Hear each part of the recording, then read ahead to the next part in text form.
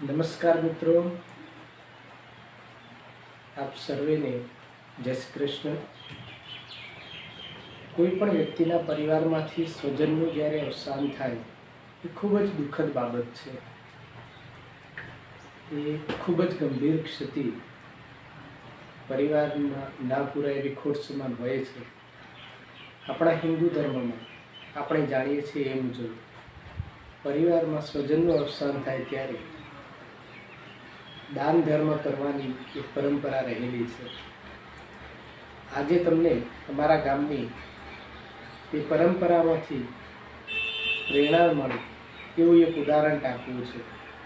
સામાન્ય રીતે આપણે જાણીએ છીએ કે સ્વજનના અવસાન પછી 12 દિવસ સુધી દરરોજ સાંજના આપણે બાળકોને કંઈક ખાવાની વસ્તુઓ વેચતા હોઈએ છીએ।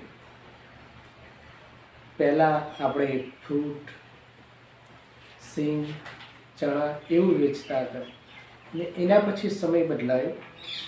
સમયાંતરે એ ફ્રૂટની જગ્યાએ બજારમાં મળતા પડીકા એનું વિતરણ શરૂ થયું।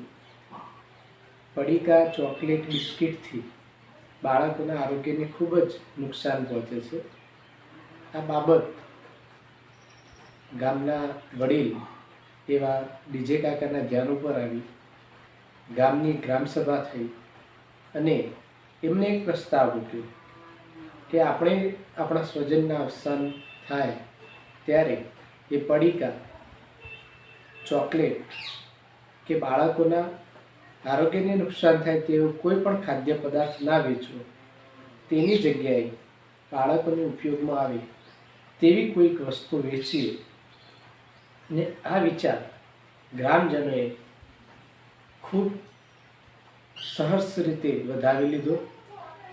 ત્યારબાદ અમારા ગામમાં જ્યારે પણ કોઈ સ્વજનનું અવસાન થાય છે ત્યારે તેના પરિવારના લોકો દ્વારા પડીકા અને બહારનો નાસ્તો વેચવાનું સંપૂર્ણ બંધ કરવામાં આવ્યું। સ્વજનની યાદમાં એના પરિવારજનો વતીથી ગામની પ્રાથમિક શાળાના બાળકો માટે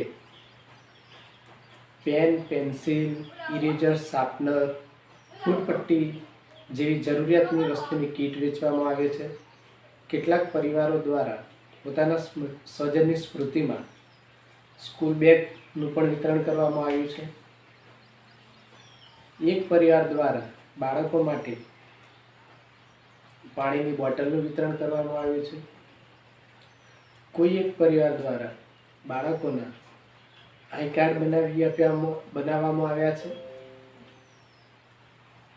અને આ બધાથી બાળકોને જીવન અભ્યાસમાં જે જરૂરિયાતની વસ્તુઓ છે તે ગ્રામજનોથી પ્રાપ્ત થતી ગઈ છે, જેનાથી બાળકોના વાલીઓ ઉપર પણ આર્થિક ભારણ ખૂબ ઓછું આવે છે અને સ્વજનના મૃત્યુ પછી આપણે દાનને યોગ્ય જગ્યાએ સારી રીતે ઉપયોગમાં આવે એવી રીતે આપી શકીએ છીએ। આ પહેલને